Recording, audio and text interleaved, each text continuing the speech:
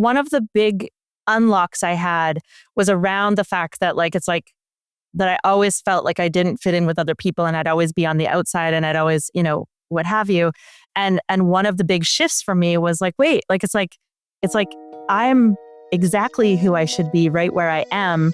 And if other people choose to come and stand with me forever or a time or not at all, like that's on them, but I'm not in the wrong place. How can I be in the wrong place when I am just being me?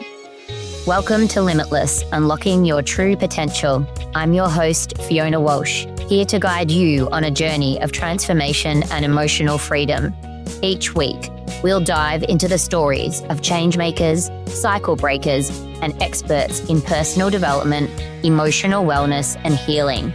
Together, we'll uncover what holds us back and discover the tools to step boldly into a life of purpose and possibility. If this episode resonates with you, please be sure to subscribe, leave a review, and share it with a friend. Let's amplify these stories and create a ripple effect of impact. Your limitless life starts now. Welcome to Limitless. Today, I'm joined by Miranda Lievers. She's an entrepreneur, a systems thinker, and the co-founder of a high-growth tech company, which she built from the ground up.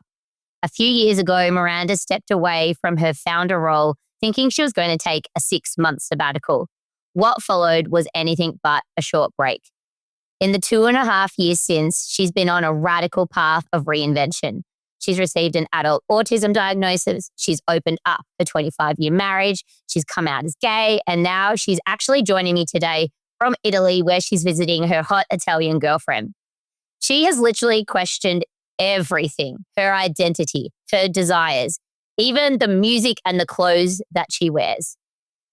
She started as, maybe I'll just take a break and see what happens. And this has become this full unmasking and a decision to build a life that feels entirely on her own terms. Now, I first saw Miranda speak in Vancouver, and her energy was unmistakable. She was really passionate, groundly, and wildly open.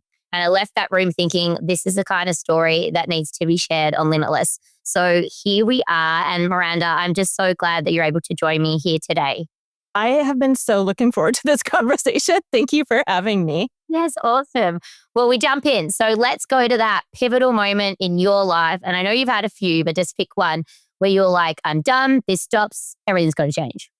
Yeah, I was thinking about this, and the one that stood out was the moment that I knew that it was time to step away from my company. Mm-hmm. And oh my gosh, I always feel the need to cry. It's like I'm totally gonna cry. I cry every time I get into these stories. I know that I don't need to say that, but it's like, oh my gosh, I'm already feeling the like, oh, there's so much emotion behind here, and also gratefulness for that version of me who did a really scary, hard thing. And so, I love small business. I've loved small business since I was a little kid. And I have it's the one thread that I can trace through my whole life of what I've done has been in service of the light in people's eyes when they shine about what they're passionate about. And that is never more true than with small business owners and entrepreneurs who, in my experience, are not doing what they're doing because they think that they can make a dollar. They're doing what they're doing because they feel compelled to do that work. And so that is why, how I came to co-found and be running Thinkific, which is a platform, of course, for businesses of all kinds, but many of those are small business owners. And in building what was a small business into what eventually was nowhere near a small business, one day I sort of had to do that look around and go, okay, this is much, much bigger than where I know that I can do my best work. And so the Thinkific story, so we started with just 4 people sitting around a table building what we imagined could be. And eventually that grew to a team of hundreds of employees. We took the company public. Yes. And about a year and a half after we'd gone public, I was in the COO role. I was, sort of figuring, I already knew that it's something needed to change. And my co-founder and I, we sort of, been talking about what that could look like and had just gone through the process of bringing in a president from a member of our board in as president so that we can both sort of move some our team and responsibilities onto somebody else and sort of figure out like, where can we best add value now? And as I was sitting in that space of like, what do I want to dig into next and how can I best serve? And I love this team and I love the work that we're doing.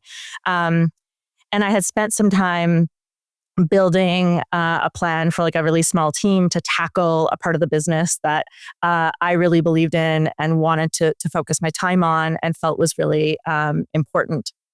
And so fast forward, and I know that this is a very long story, but anyways, I'm trying to make it shorter. No, that's great. And fast forward. And so we were going through, I can tell you the exact meeting is we were in a strategic planning meeting with our entire executive team. Our new president was there, and it was actually being facilitated by someone that I just have incredible respect for. His name is Kevin Lawrence. He's an outside facilitator, and I brought him in specifically to help wrangle our executive team through this period, herd the cats through this period of time.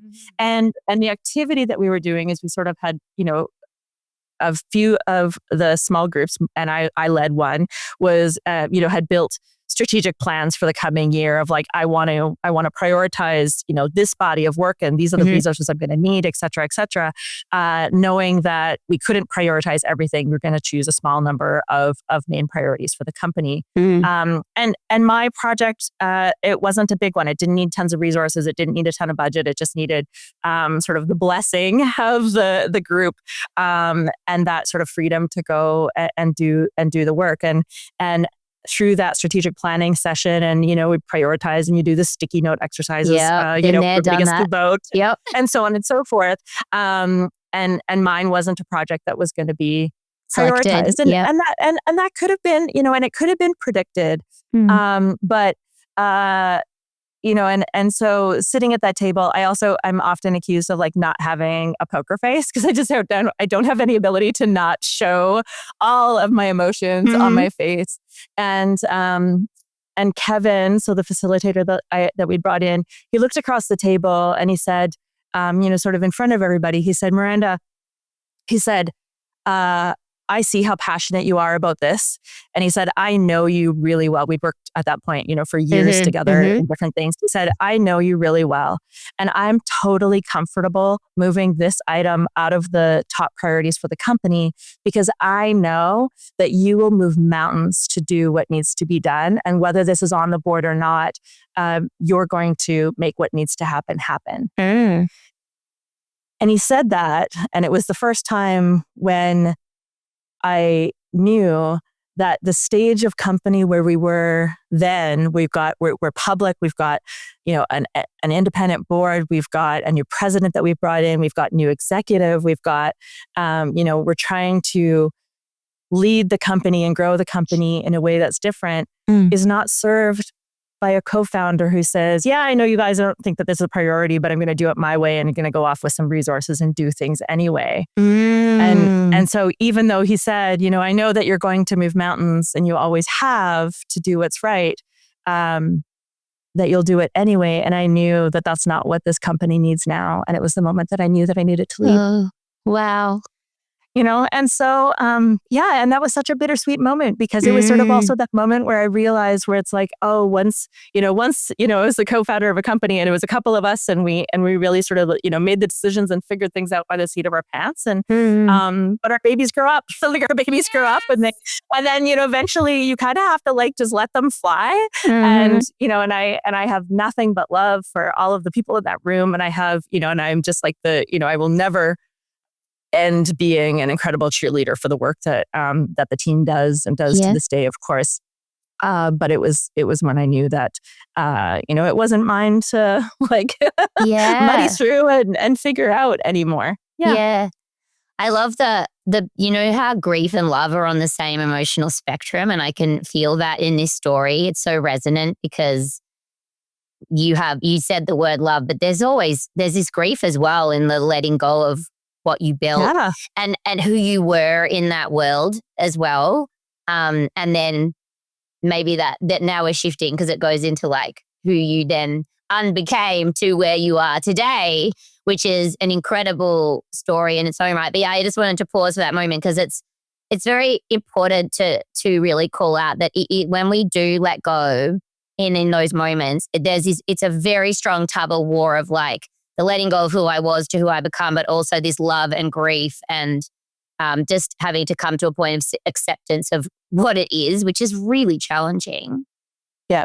Okay, so that moment in time, when he said those words to you, you definitely realized that you were no longer in the right environment to do you. Did you have did that propel you into like, oh, I've got to go do something else and I'm pretty sure I know what it is? Or did you not really know what that sort of looked like at that point in time? Yeah, that's a great question. It wasn't the first time that I jumped ship, as it were, from public company leadership. I'd spent years before, I'd spent time at the director level at like a telecommunications company and had, I'd left there to do something else that I'd been working on. So I felt like I'd jumped ship before and I'd changed trajectories before, but I'd always jumped to something. Yeah. And this was the first time that I was just jumping into the unknown. I got goosebumps. Really was, but really was just choosing me. Like when and so, and I have so much appreciation for, like I said, that version of me because it was so scary.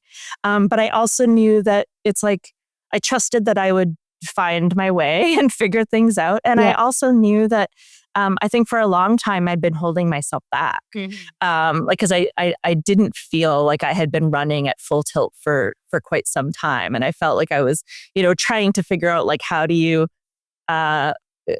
it's like spoiler alert, as an undiagnosed autistic person at the time, like how do you navigate all of these extra humans and the politics associated with all of that? And so, it's like, so I'd felt for a long time that I was trying to figure out what my place was as things were evolving and that had been shifting and I'd really just been holding myself back. And so I knew that I had the propensity to sort of jump probably too quickly into something. So when I had to wrap up a few things. So it took a couple of months before I was able to fully step away. But the only rule that I gave myself when I did finally step away was that I wasn't allowed to start anything new for at least 6 months. And I had to give myself that rule because otherwise I knew that I would just turn around and like find something else to devote all of that busy energy to. Yeah. Did you, when you were coming towards the end and you were wrapping things up, did you notice that, because you were obviously in an environment that wasn't really a great alignment for you anymore, was your energy, even though you've got busy energy, was your energy actually impacted? Like, did you feel drained or were you still feeling pretty vibrant? I know you've got a lot of energy.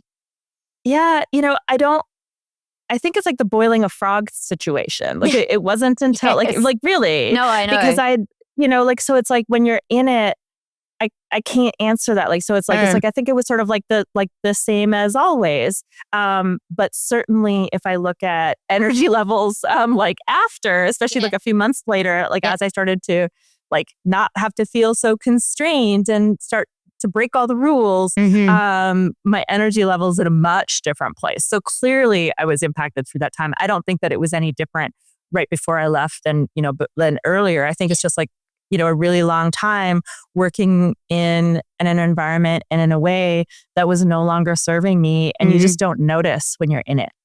Yeah.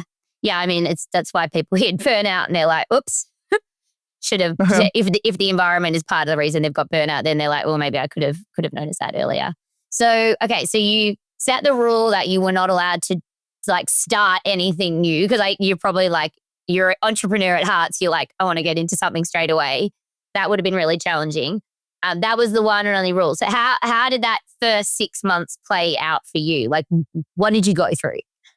Yeah. I mean, it's so funny looking back because it was so clear in my head where I was like the first couple of weeks was just like vacation. It just felt like vacation. But then eventually it's like, so it's like, that's fine.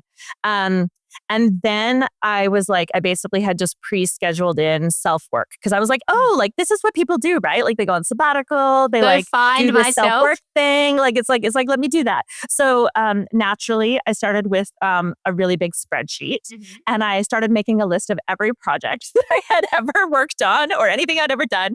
And I was trying to like like quantify. I was like, what did I like about this project that I would maybe want to do again? Or like, what did I not like about this work so that I never do that again? Because I was like, I will figure out my future in a spreadsheet. You really are.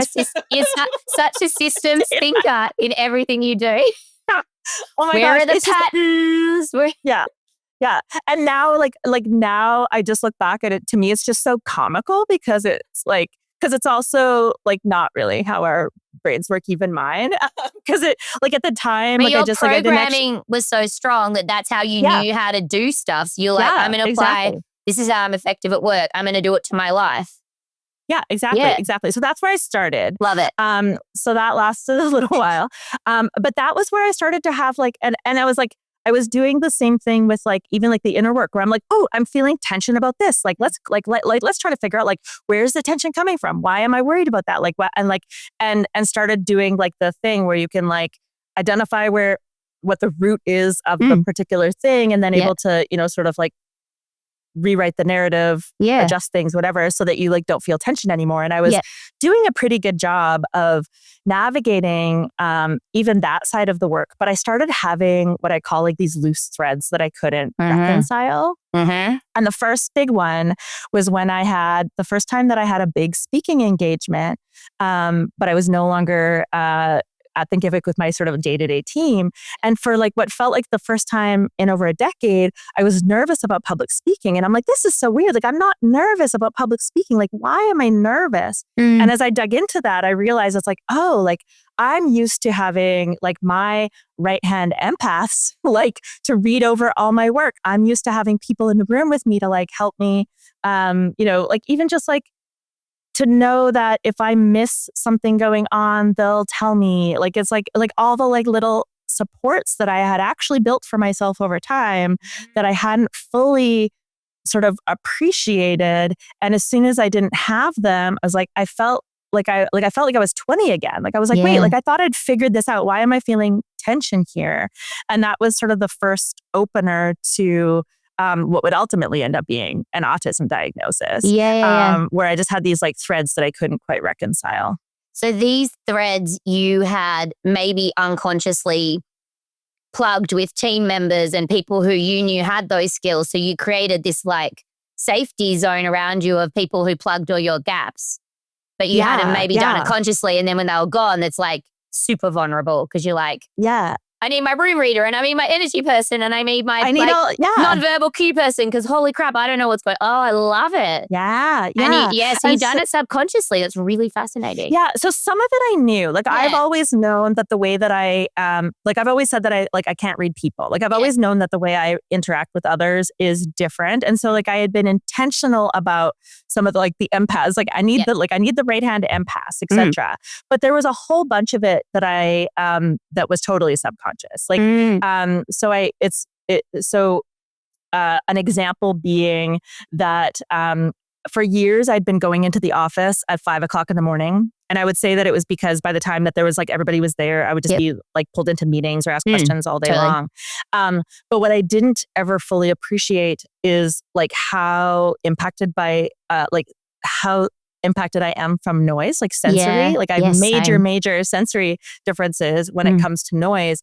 And I was solving for it because I was coming in at a time of day that there was literally nobody else at the office in order to get work done. But I was sort of solving in it for like a slightly wrong way. Like I sort of like the story I was telling myself about why that worked was actually different than why I think it was so beneficial. It was so beneficial because it was quiet at that time of day, which is different than like quite the explanation I'd been giving myself. And so there were some of those things that all of a sudden, like I said, I had to come to terms with. But did you come to terms with that on your own? Like those real, because I'm like you, I'm very sound sensitive. And so I remember being in high school and when they'd give us free time in the classroom to finish work, I could never do it because it was too distracting for me. And in work, when I was in corporate, if I had to write a strategy document, my boss knew I needed half a day or day at home to do it because I could not write it in an open plan office. But I knew that about me. Do you know what I mean?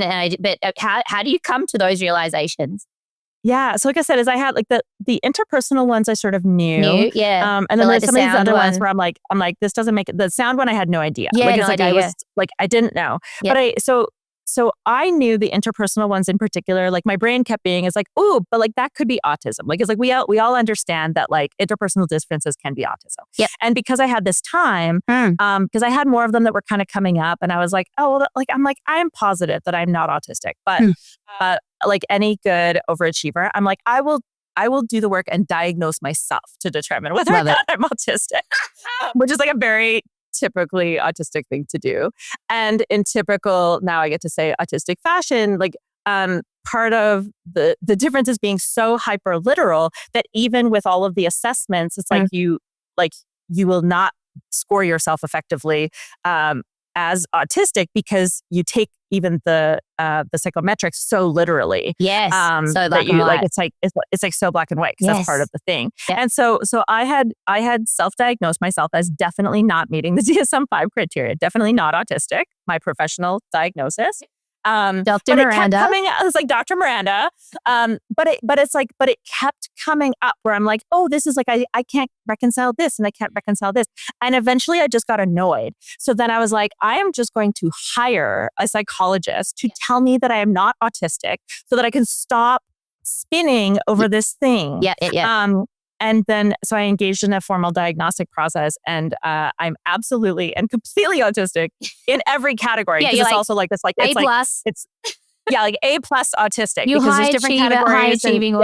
Yeah, and it's like it has to be like both of these factors, and then at least one of these other three. I score at the autistic level on every one of the factors. Yep. And now I see it, and now it's quite comical to me, where I'm like, oh yes, of course, like beautifully naive, hyper literal prior version of myself who would have not seen it.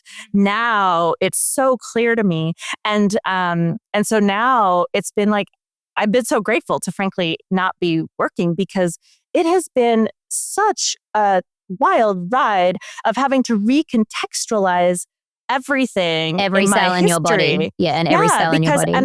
And it's like everything is just filed in the wrong way. So it's like every memory that comes up, I now view it through a different lens, and all of a sudden it's like, oh, like it's like with this understanding, I understand the situation differently. I understand my reaction differently. I understand the ways that other people responded to me or things people said. Like everything has to just be like reprocessed. It's like having to recompile through new information and then get filed. Like it's like everything is misfiled. Like the memories are all there. They're just not filed under, oh, that was sensory overload. Like it's like, because those words weren't even in my head. But now I can look back and be like, oh, I just thought I was really annoyed at like this other thing that wasn't even the thing. Like it's like whereas now I'm like, oh no, I was just totally in sensory overload. Because what's interesting, like from what we do subconsciously is like we when we make sense of situations, and you would have done this from a young age, the perspective you had of that situation, you make sense of it. So you filed all these little perspectives, but that's what you're going back to, because you're like, oh no, I'm like I don't know. Some people might be like, oh, I'm not a sociable person. It's like, well, no, but if you don't like loud environments and like loud music, you might not like those kinds of social situations, but it doesn't necessarily mean you're not a sociable person. You might sit down with two friends at a quiet dinner and be incredibly sociable. So is that the kind of like undoing that you were doing from childhood and all the way through? So it's like everything. So everything. It's like, so an example being one way that I was like, I realized a whole category of miscategorization. I would have told you in the past that every time I travel, I get sick. And if I actually go back, it would always be like the number of times that I would miss the second day of a conference is like astronomical. But in my mind, it was like, yeah, because you travel and then you're there and 24 hours later you get sick because you were on a plane or whatever. But now I have the same experience, only it's like now it's like, oh no, if I over people on day one and I don't know what is too much and I don't know how to protect my spoons and I don't like, and I overdo it, especially if you like go to a thing and then you go to drinks or whatever at night, the next day I'm totally wiped and I can't talk to another human. But in the past, I just like, I was just sick. I didn't feel good. Yeah. And so I would end up being like, I don't know, I'm sick from I always get sick when I'm traveling. Whereas now it's like, oh no, I was never sick. Or like for the vast majority of it, it was just that I didn't know how to protect my energy. Yeah, your energetic battery was yeah. Whereas now I can see it. Now I can understand what that feels like in my body, because it's very different than a cold or the flu. And now I can protect. Whereas but it's not that this is a new experience for me. It's just new with this context. Yes. As you've done this work, have you felt yourself open up more energetically and you're even more sensitive to big groups of people? Like, I know sometimes as you turn your awareness to something, you see more of it anyway, but do you feel like as you've done some of this unmasking work that your senses and everything is heightened in a good way? Yeah, for sure. Yeah.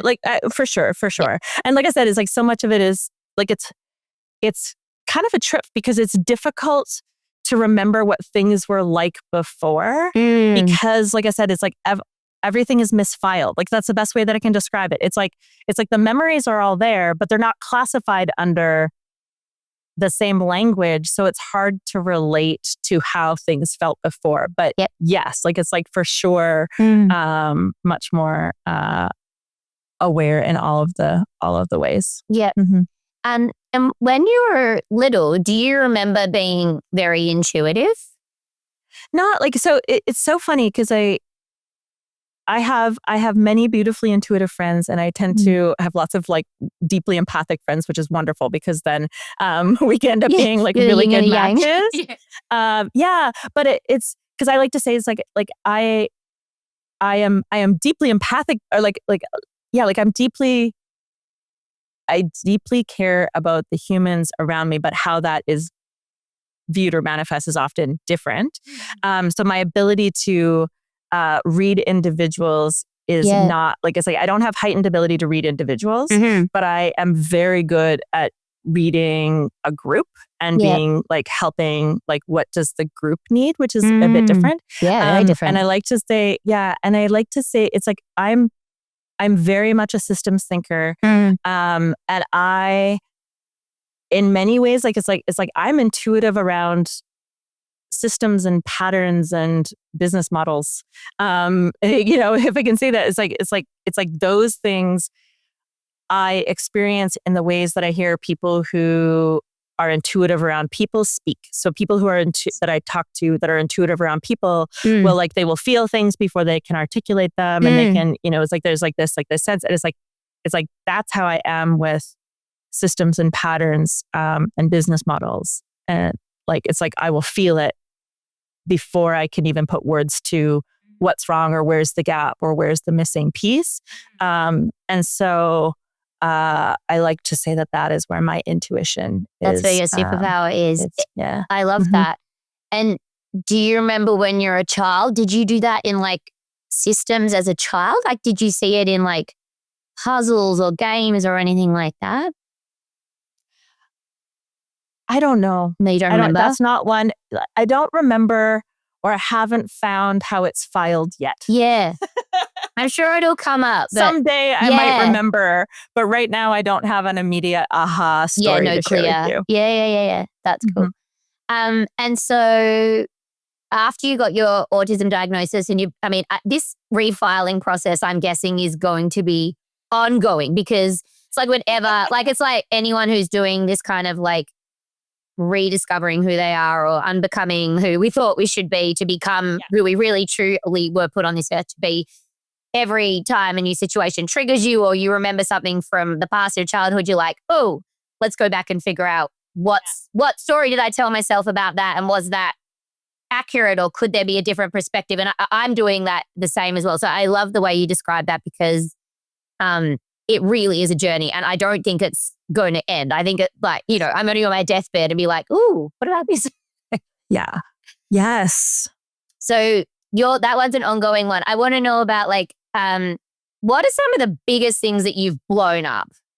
Yeah, that's a good question. So, even before I got the formal diagnosis, but as I started going through that, like, it's like, wait, what if I am autistic? The next sort of logical question that came to my mind was, if I am autistic, then where have I created masks? that I may not even be aware of. And that is probably the root of like all of the like the big, changes and undoing of so many things. And it started really simply. It started as I was at like an event with a bunch of amazing entrepreneurs in Croatia, and found myself dancing until sunrise next to the ocean, and having this incredible night, listening to music. Is like just a really incredible DJ, but listening to music that, like in my mind, like sounded like the tempo that my brain thinks. Like it was the kind of music where I could just get lost in the music. Love it. And it was not music that I ever listened to really before. And I realized that all of the music that I listened to was the most palatable subset of the music that my husband likes. So like, even like, so it was like, it's like, wait, like, it's like, I love this music. Well, what other kind of music do I love? It's like, well, it's like nothing was mine.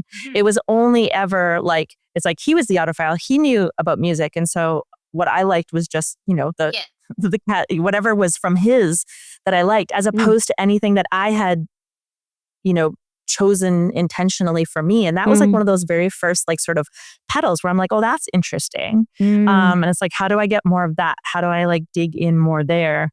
I love music being one of the first ones, because because of the frequency and the vibration and the resonance you actually feel in your body, you can't ignore how music makes you feel. Like I would say to people, if they're like, I was actually saying to a friend who's had to give away one of their pets, which is just an awful thing to go through because one of the children is allergic. And like, and this didn't work for her, but I said to her, if I need to have a good cry, because she had to stop herself from crying in a situation herself, like if I will put on playlist of the saddest songs I know, and I will be like bawling my eyes out and have a great emotional release, like positive, doing it intentionally. And same with music. Music can be the most euphoric thing. Like I've danced to Dawn. I know what that feels like. Wow. Yeah. And also like flow state. Like so it's like if I listen to the right music, like and not all electronic music as you might know is created equal. A lot of it is grating and I can't listen to it all. But the right stuff, it's like it can throw me immediately into flow state, and I can write for 2 hours where I'm basically just like words are just coming through me that I don't even know where they're coming from, right? And that's like so to me, it's like the frequency, like the right music is like the frequency of my brain. Oh, and your soul. Yeah. Like it's opening you up. Yeah. So that was a big one. Another big aha at the same time. I had been doing a course with like my, self-work journey. I had been doing a lot of work around, food and how am I nourishing my body and am I working out and all of these things. And I've been in a large size body since after high school, not during high school, but since after high school for a very long time. And I'd done a lot of work, and I'd sort of fixed a lot of the like, where am I eating for things that are not food reasons? Like, where am I eating for stress? Emotional where am I eating eating for like emotional eating, whatever. And I'd fixed a lot of that. And I'd been, been working out with a trainer for some time and so on and so forth. But the math still wasn't mathing. I shouldn't, like, it's like the number of calories that are coming in and the number of calories that are going out. Like the math still doesn't make sense. I should be losing weight at a greater clip than I was. And when I started going through this process of like, where am I holding masks and where like the autism side, I had a huge aha. And it was one of those things where you wake up with, it's like once you know it, you can't unknow it. Yeah, 100%. And it was basically, when I was in high school, I was quite skinny. I was also quite promiscuous, small town, Northern Alberta. I didn't know I was autistic, which meant that I couldn't read individuals, which meant that I couldn't read intentions. Yep. And it is a heck of a party trick when you can't read people one-on-one and you know that you're desirable because you know that your age and body makes you desirable in various ways. Yeah. It is a heck of a party trick to gain 100 pounds in short order, which I did in about a couple of years around the time that I married my husband, to, in my mind, no longer be physically attractive at all. and therefore to not have to read men. Yeah. So it was sort of this aha around, why am I holding on to all of this extra weight, and where, and why, why can't I seem to lose weight when the math doesn't really make any sense? Yeah. And I realized in this autism journey, I'm like, oh, I am holding on to extra weight because it was one of the ways that I could eliminate the need to read men. Yeah. Well, it was like a protective mechanism. It was totally as a well, protective because mechanism. I know with teenage autistic kids, there's a very high propensity for sexual assault and to be taken advantage of. So yeah. And so when I came up with that, and I was like, when I thought it, I knew that it was true. The next thought was, I was like, oh, I'm going to lose, well, that's easy. I'm just going to lose 100 pounds now. It'll just fall off. Mm-hmm. Fast forward, I'm down 75. I've done nothing, nothing different, but I've lost about 75 pounds. Now I'm going to have to actually try for the next 50 or whatever. It's fine.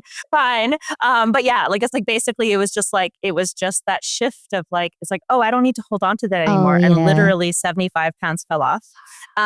But at the beginning of that, when I realized, before I'd lost a single pound, but I knew that I was going to, my brain was like, oh, but then I'm going to be attractive again. Because in my mind, nobody had ever, in my mind, when you're that weight, and nobody had ever flirted with me, and also can't read people. So as far as I was concerned, nobody had flirted with me in 20 years. Yeah. And I was like, okay, well then I'm going to be attractive again. And then I'll be desirable to other people again.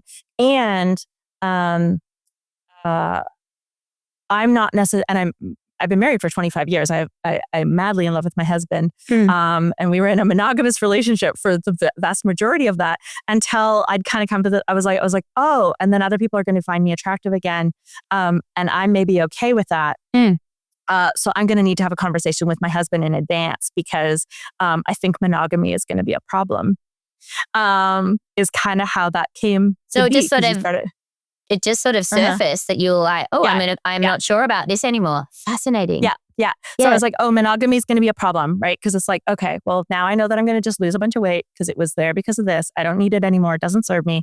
I'm going to be attractive again. That's how that works. Yeah, and monogamy is going to be a problem. The mask is gone. And so I'm like, I should have this conversation sooner than later. And at the time, I'd been traveling and my husband had been traveling. And we call this a sauna conversation. This is one of those things where it's believe it or not, I don't care. But I know, this conversation to me is wild. I hadn't talked to him about any of this yet, because I'd been traveling. So he didn't know about that I'd come to the conclusion around the weight. He didn't know, we hadn't had any of this sort of context that I've just given you. Yeah. And we call it the sauna conversation. The first night that we're back at the house, we got the kids into bed, et cetera. And we sat outside in the sauna. And as I was about to start telling him about this whole thing and working up to say, I think monogamy is going to be a problem, before I could say those words, and before I'd even given him quite the context to get there, he says to me, I love that I'm sharing this on a podcast, but I'm pretty open about this. But anyway, so he says to me, he said, he's like, I've been thinking a lot, because he was on this long road trip. And he's like, I've been thinking a lot. And I don't think it's something that I would want, but I actually think that it would be really good for you if sometimes you slept with other people. Are you kidding me? I am not kidding you. At that time, we'd been married for whatever, those 23 years. Yeah. Is he insane? He must. So you know how you said you attracted empaths and people who were intuitive into your life? It sounds like he is your yin to your yang, because he was probably reading your energy. Do you know what I mean? Because you're sinking. Wow. Yeah, I know. This. So it's like I said, it's like I love him forever. He's but literally, we have not talked about this. You're going, are you kidding? You just said that out loud. Yeah. So it's like I'm trying to work up the words to okay, honey. Yeah. And then you're and then you're just conversation. Yes. That's yes. Yes. So it is, yes. So anyways, so when people are like, oh, well, which one of you decided to open your marriage? I'm like, oh, both of us, literally at the same time. Yes. Wow. Yeah. And so anyways, so that's where that was.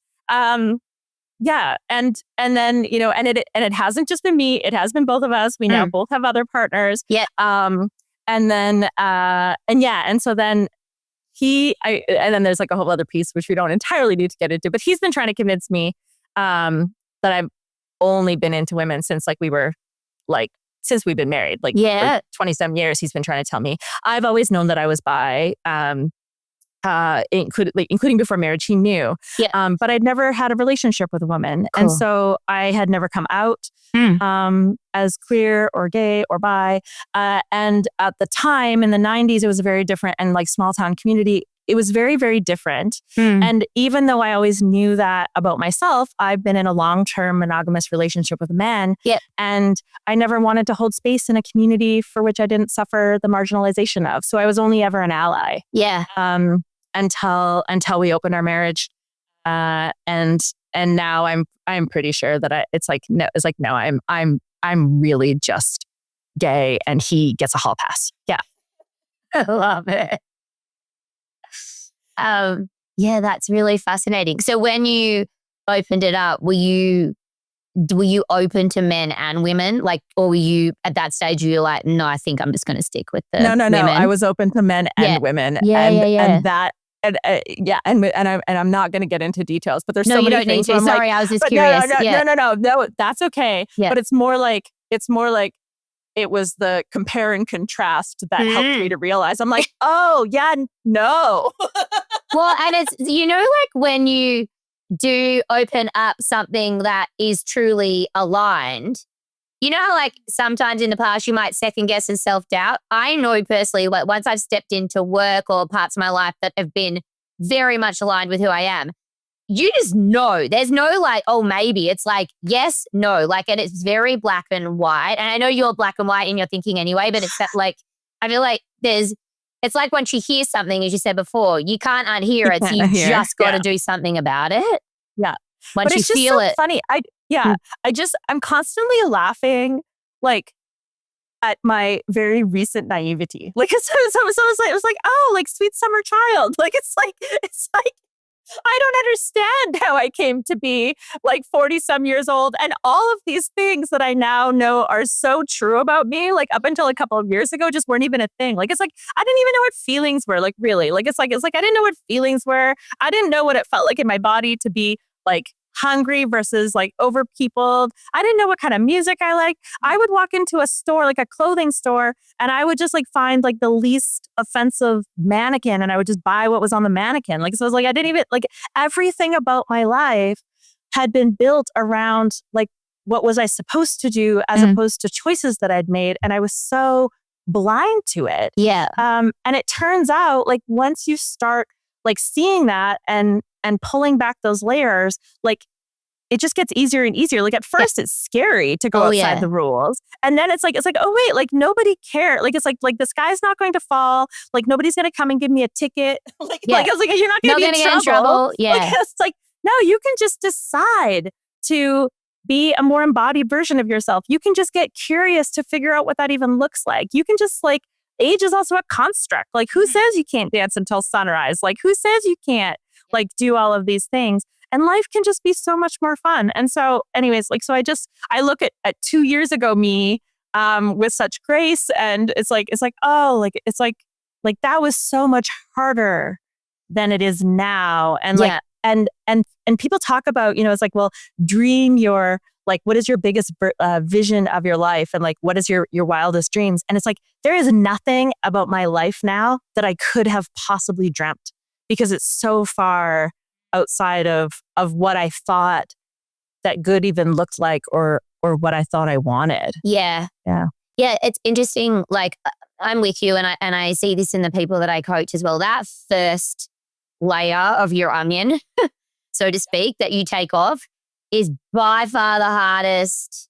It will make you want to go back the quickest. You know what I mean? Scary. It's scary, but it's like building muscle in the gym. Every layer you peel off, actually, because you're getting stronger and your nervous system capacity is growing, it starts to get, it doesn't get to easy, but I think like the edge that you get to it faster, and it doesn't feel, you don't get as big a wobble at the top. Do you know what I mean? And then you're over and you're like, oh, I did it again. And then it becomes a little bit addictive in a good way. Yes. Like, yeah.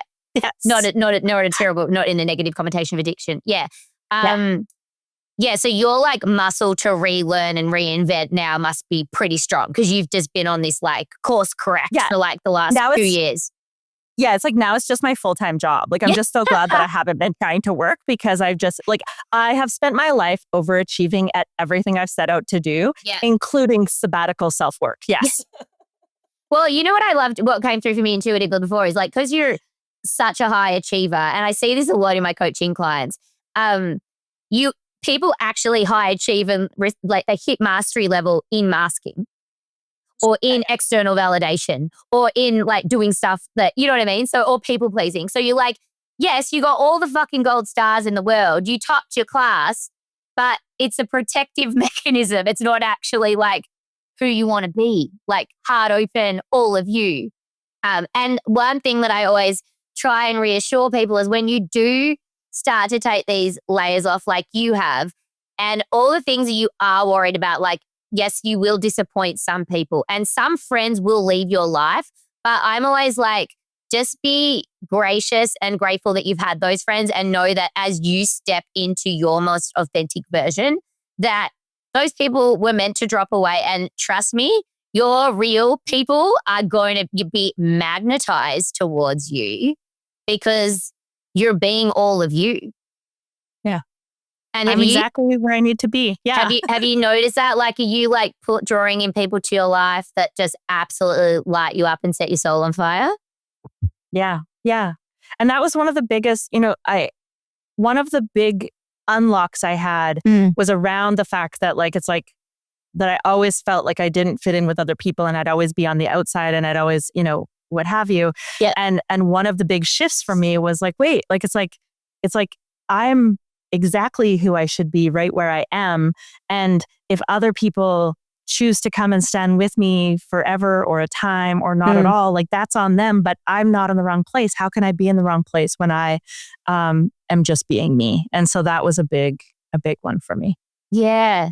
Yeah. I can relate to that, just to the detachment of like doing things for others rather than stepping into your own power and just choosing you, and not in a selfish way, just in a, I'm doing this because when I choose me, it feels amazing.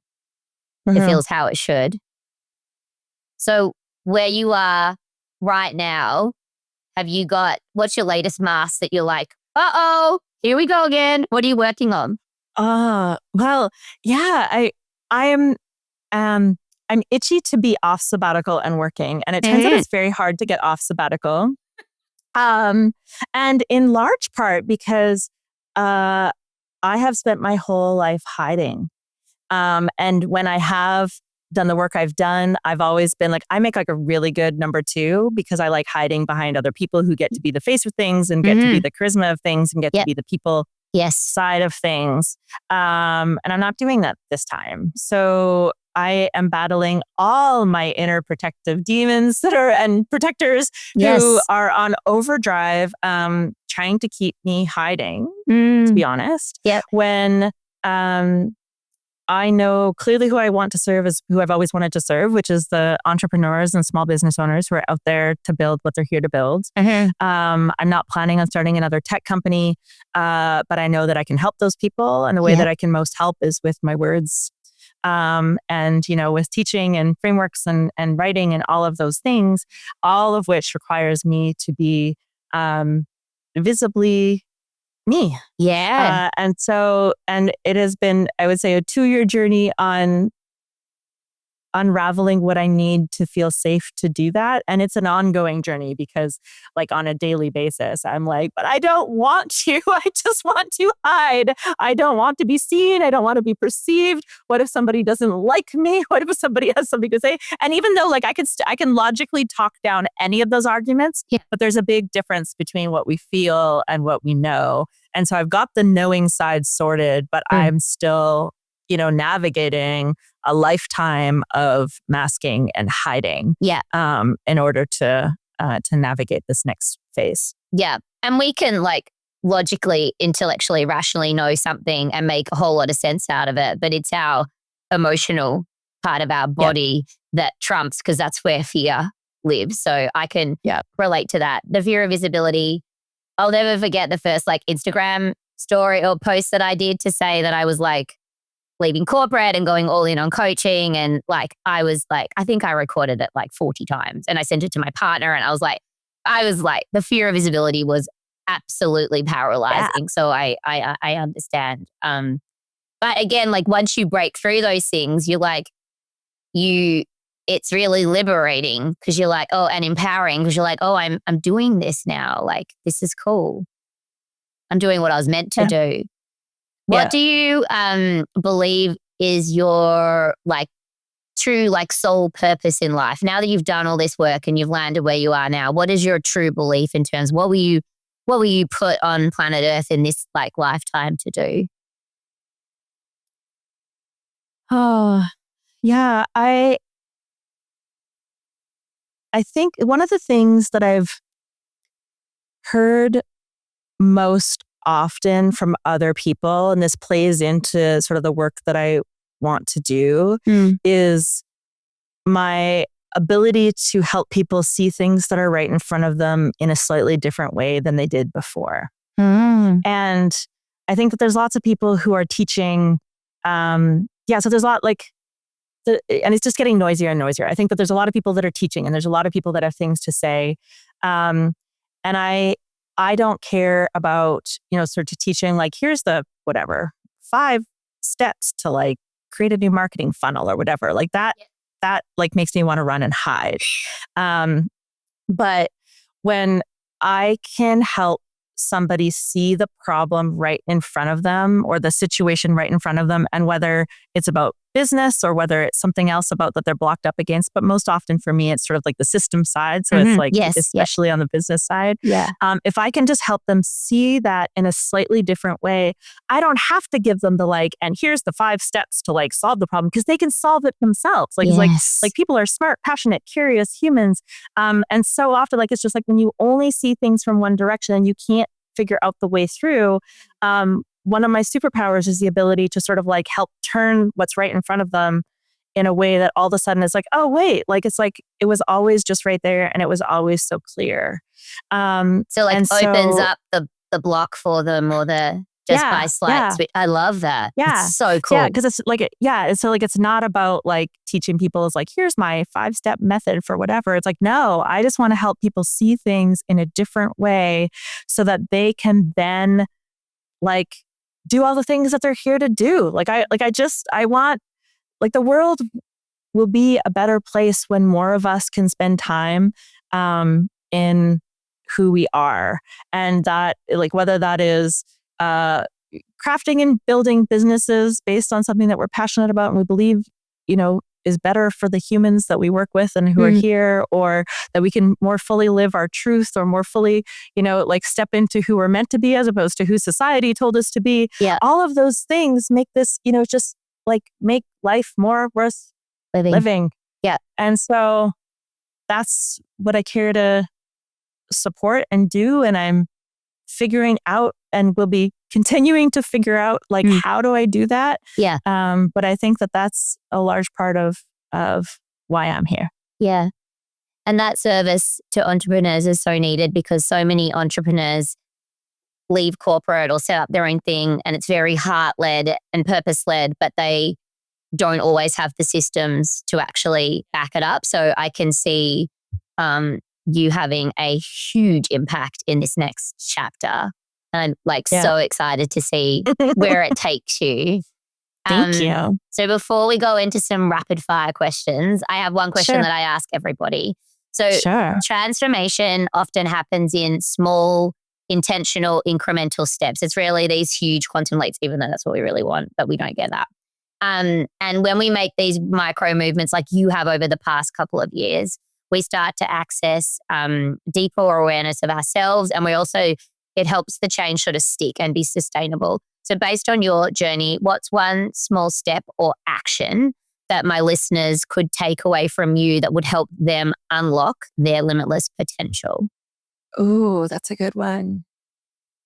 It's like my favorite thing to prescribe. Yes. It's like my favorite thing to prescribe, which is just like like erase the board. And so I'll give an example. I'll give a very spicy example of this, but this applies to all things. One of my super hyper nerdy sides right now, I'm actually going through the process, like just for fun, of becoming a certified sex educator, because there's a whole bunch of things where I'm like, wait, like it can be like that? Like nobody told me that it could be like that. Yeah. So, but I would say that like just like erase the board. Like I'm going to give the sex example, but this could be anything. It's like, especially in a long-term relationship, we so often like just fall into habits of like, we initiate the same way, we do the same things, we know what we like, we know what we don't like. You know, you can predict like right now, if you've been in a long-term relationship, if I was to say, what is your sex life going to look like over the next month? You can pretty much tell me. It's like, okay, it'll look like this will happen. These things will like, so-and-so will do this time of day, this situation. Exactly. All the things, right? And so much of that was created, especially if we've been in a really long-term relationship. It's like, that was 20-year-old me. 20-year-old me decided what she liked and didn't like and how things should be. And without knowing, like without having to jump to like, well, wait, what do I like? Or what do I want to experiment with? Because those are hard questions when you don't know. It's just like, my invitation is just like, erase the board. Like if the only rule is that we just can't do things, start things, play things out the way that we always have, if the only rule is that like, we have to try it. We try everything twice, not once. Try everything twice because first time can be really awkward. So it's like, try everything twice, but just like erase the board. Like rediscover what we like, what we don't like how things could look, how they could be different, and forget everything that we think we know about, oh, we tried that and we wrote that off, or that doesn't work for us, or that timing doesn't work for us, or that location doesn't work for us. Just get rid of all of that, erase the board, and start again with a curious mindset. I think that is actually one of the best pieces of advice I've been given on this question, because it is so bang on. Like, we are so tied up in rules and preconceived ideas and stories of how what didn't work in the past and trying to avoid that happening. You know, if you tried something particularly like sexually in the past that didn't feel comfortable or was like awkward, then you'll never do it again. Instead of like, no, I'm like, it's different. You're a different person, particularly if it happened 20 years ago or something. Yeah. Oh, wow. Okay. And also, when you finished your training and stuff, do you want to come back on and we can have a talk about sex education and for grown-ups? Sure. Because I feel like it's a area where people are not talking enough, and a lot of people are struggling in that part of their life. And it'd be great to shine. Like, we like to talk about stuff here that people don't necessarily feel comfortable talking about. So we like open it up and normalize that we can talk about this stuff because it's part of who we are. So yes. Oh my gosh. Yes. I have so many things to say on that topic. And like, there's so much good research and so much stuff. It's like, oh my God. Yeah. Okay. For sure. Let's do that. We'll lock it in for once you finish your course. Okay. Rapid fire time. What's the most uncharted or chaotic thing you've ever done? And would you do it again? Okay. Really fast story. At the beginning of my journey, I was flying back from Greece and a flight was delayed. And I ended up with 24 hours in Munich that I wasn't expecting to have. It was a Friday night. Everybody in line for the Air Canada, whatever, was bitching and complaining about how it's like, oh, this is like the worst thing that could happen. And I was like, this is ridiculous. It is a Friday night. What would be the best version of this night? I'm like, I'm going to find a club. It's like so outside of my comfort zone. I'm like, I'm going to find a club and I'm going to go dancing. Yeah. I didn't have luggage. I had to like go figure out, like, there was like a discount clothing store. I had to find something that I could wear that could get into a club. Anyways, I went to the drugstore. I had to get makeup. I had to find, I'm doing this. I'm like Googling. I'm like, where can I go that like a middle-aged, whatever, like maybe they'll even like let me in. I found like a place that looked really cool. Anyways, fast forward and I end up in this like warehouse with like a few hundred people and there's like incredible DJs. And it's like, I'm like at the back of the room. I'm like, this is wild. And I look up and in the ceiling, there are cages. And I'm like, wait, there's people dancing in the cages. That's crazy. And then I realized that I'm like, oh, there's like a staircase. Like you could get up to dance in the cage. And then I realized anybody can get up and dance. Oh, they weren't professional dancers. No, they're just anybody. And then all of a sudden, I swear, it was like the one time in my life that I could say that I distinctly heard a voice in my brain. Yeah. And it was literally like, Miranda, you've just walked into a room of like 300 people. On that side of the room are people that have danced in cages in their lifetime. And on that side of the room are people that have not danced in cages in their lifetime. Which side of the room do you want to go talk to? And I literally said out loud, I'm like, well, fuck. Like, I'm like, now I have to go dance in the cage. Anyways, and so that is how I ended up like in Munich, like at a club in the middle of like nowhere with hundreds of people, like climbing the stairs and dancing in the cage. And I'm sure I danced terribly and it didn't matter because I just wanted to be in that group of people. I love it. Oh, that's such a cool story. Total chaos. And I love it. What's a truth you live by now that would have terrified your past self? I think like the idea that like not only is it okay to break all of the rules, but they're almost always our own rules. Like there's so many things that like I just have always had it as like fixed parts of reality where it's like you can do this, you can't do this, you can do this, you can't do this. And almost all of them, like when you actually dig into it, it's like, well, who says? Like who says you can't? And it's almost always like we're the ones holding ourselves back. We are 100%. It could be the parenting or the teacher's rules when you're a kid, society's rules, all ones that you've adopted yourself, but you are the one who is responsible for holding those rules in place or like blowing them up and figuring out what the new set of rules and what life looks like. Yeah. I think you're like living, walking, breathing proof of that. So, and what advice would you give your younger self and why?